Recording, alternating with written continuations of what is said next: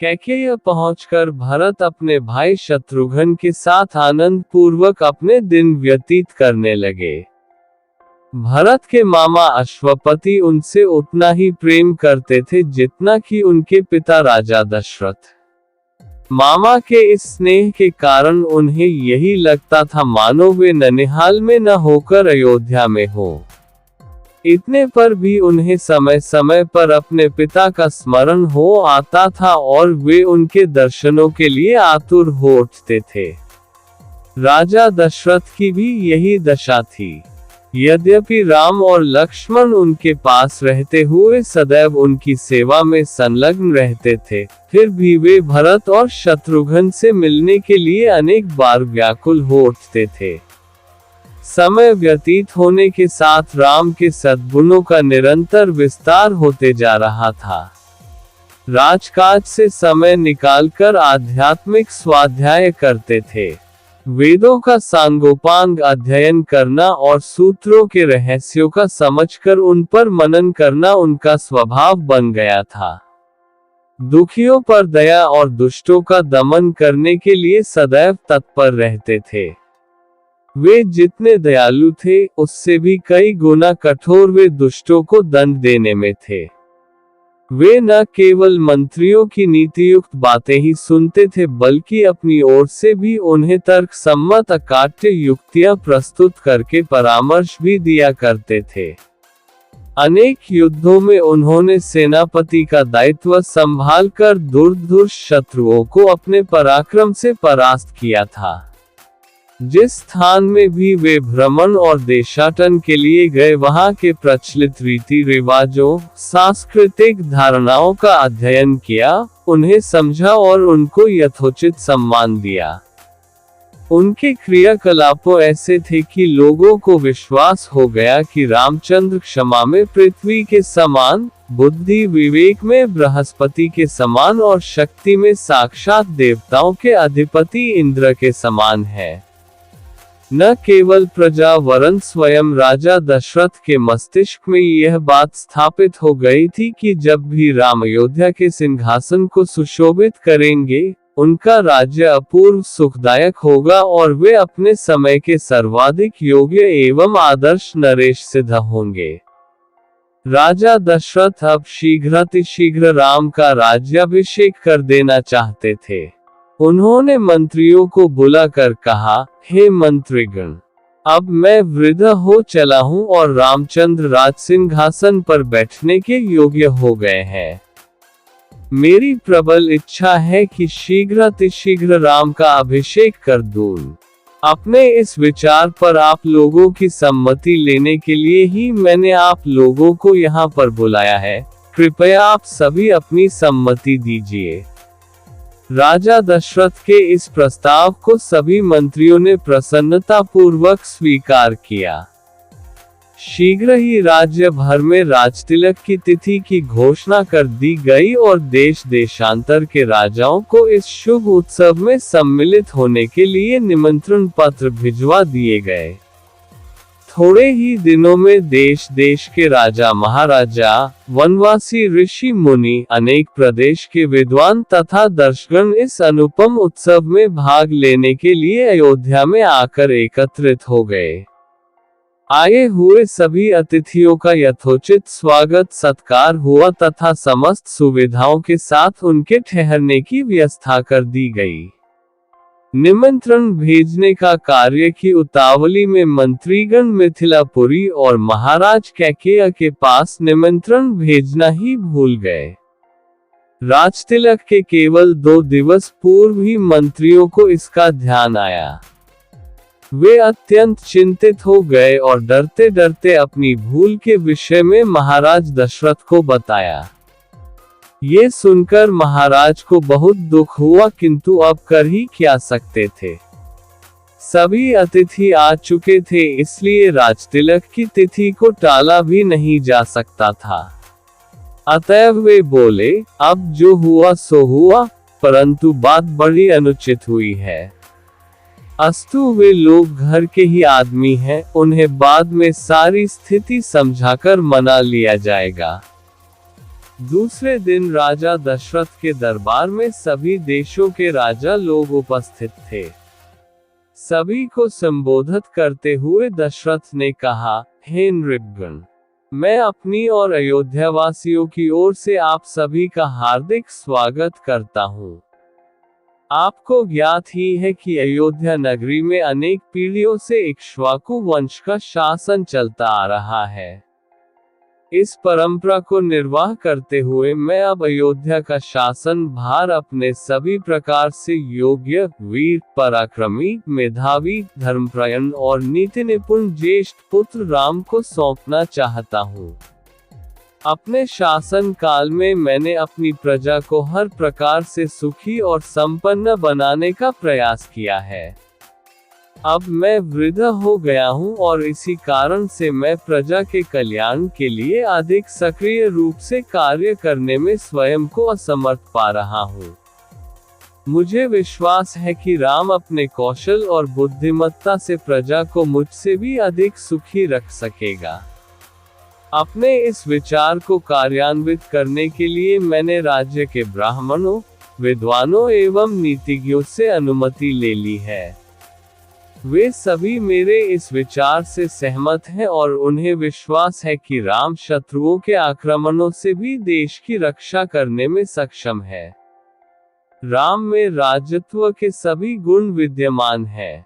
उनकी दृष्टि में राम अयोध्या का ही नहीं वरन तीनों लोकों का राजा होने की भी योग्यता रखता है। इस राज्य के लिए आप लोगों की सम्मति भी अत्यंत महत्वपूर्ण है। अतः आप लोग इस विषय में अपनी सम्मति प्रदान करें।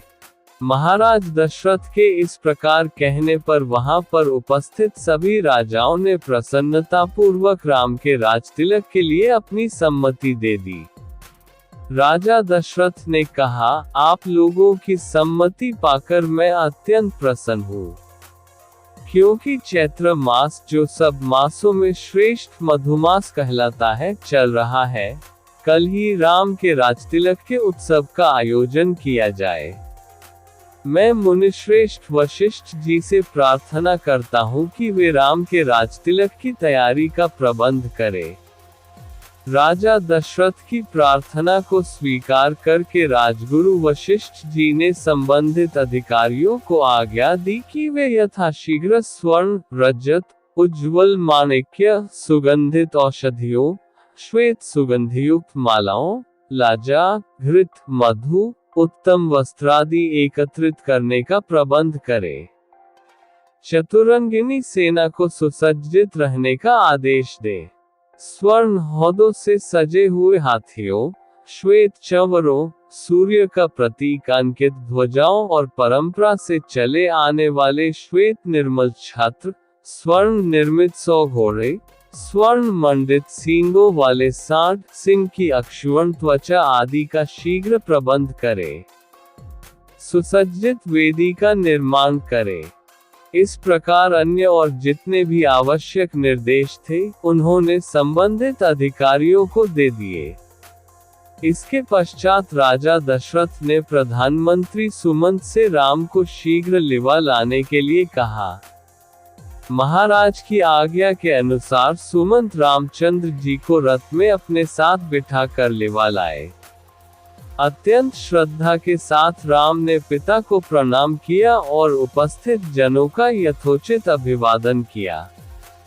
राजा दशरथ ने राम को अपने निकट बिठाया और मुस्कुराते हुए कहा, हे राम, तुम्हारे गुणों से समस्त प्रजाजन प्रसन्न है। इसलिए मैंने निश्चय किया है कि मैं कल तुम्हारा राजतिलक धर दूंगा। इस विषय में मैंने ब्राह्मणों, मंत्रियों, विद्वानों एवं समस्त राजा महाराजाओं की भी सम्मति प्राप्त कर लिया है। इस अवसर पर मैं तुम्हें अपने अनुभव से प्राप्त कुछ सीख देना चाहता हूँ। सबसे पहली बात तो यह है कि तुम कभी विनयशीलता का त्याग मत करना। इंद्रियों को सदा अपने वश में रखना। अपने मंत्रियों के हृदय में उठने वाले विचारों को प्रत्यक्ष रूप से जानने और समझने का प्रयास करना। प्रजा को सदैव संतुष्ट और सुखी रखने का प्रयास करना। यदि मेरी कही इन बातों का तुम अनुसरण करोगे तो तुम सब प्रकार की विपत्तियों से सुरक्षित रहोगे और लोकप्रियता अर्जित करते हुए निष्कंटक राजकाज चला सकोगे। ये सिद्धांत की बात है कि जो राजा अपनी प्रजा को प्रसन्न और सुखी रखने के लिए सदैव प्रयत्नशील रहता है, उसका संसार में कोई शत्रु नहीं होता। यदि कोई व्यक्ति स्वार्थवश उसका अनिष्ट करना भी चाहे तो भी वह अपने उद्देश्य में सफलता नहीं प्राप्त कर सकता, क्योंकि ऐसे राजा को अपनी प्रजा एवं मित्रों का हार्दिक समर्थन प्राप्त होता है। पिता से यह उपयोगी शिक्षा प्राप्त करके राम ने स्वयं को धन्य माना और उन्होंने अपने पिता को आश्वासन दिया कि वे अक्षरशः इन बातों का पालन करेंगे। दास दासियों ने राजा के मुख से राम का राजतिलक करने की बात सुनी तो वे प्रसन्नता से उछलते हुए महारानी कौशल्या के पास जाकर उन्हें ये शुभ संवाद सुनाया, जिसे सुनकर उनका रोम रोम पुलकित हो गया। इस शुभ समाचार के सुनाने वालों को उन्होंने बहुत सा स्वर्ण वस्त्राभूषण देकर मालामाल कर दिया। ये पाठ अयोध्या के महान राजा दशरथ द्वारा उनके ज्येष्ठ पुत्र राम के राजतिलक की घोषणा और इसके लिए की गई तैयारियों का वर्णन करता है। इसमें राजा दशरथ की प्रजा के प्रति चिंता, राम के गुणों की प्रशंसा और राम को दी गई उपयोगी शिक्षाओं को विस्तार पूर्वक बताया गया है। मुख्य बिंदु 1. दशरथ का संबोधन। दशरथ ने अन्य राजाओं को संबोधित करते हुए राम को अपना उत्तराधिकारी बनाने की इच्छा व्यक्त की। उन्होंने राम की वीरता, नीतिज्ञता और धर्मपरायणता की प्रशंसा की। 2. सर्वसम्मति। सभी उपस्थित राजा राम के राजतिलक के लिए सहमत हुए। इस पर दशरथ ने वशिष्ठ मुनि को राजतिलक की तैयारियां करने का आदेश दिया। 3. तैयारियां। राजगुरु वशिष्ठ ने उत्सव के लिए आवश्यक वस्तुएं एकत्रित करने और सैन्य व्यवस्था करने के निर्देश दिए। 4. राम का आगमन। सुमंत राम को दरबार में लेकर आए। दशरथ ने राम को प्रजा के प्रति उनकी जिम्मेदारियों और विनयशीलता के महत्व पर शिक्षा दी। 5. शुभ समाचार। राम के राजतिलक का समाचार पाकर प्रजा और कौशल्या अत्यंत प्रसन्न हुई। समाचार सुनाने वालों को रानी कौशल्या ने इनाम दिए। इस घटना में दशरथ की प्रजावत्सलता, राम की विनम्रता और परिवार व प्रजा के बीच गहरे संबंधों की झलक मिलती है। ये भारतीय संस्कृति और शासन प्रणाली के उच्च आदर्शों को दर्शाता है।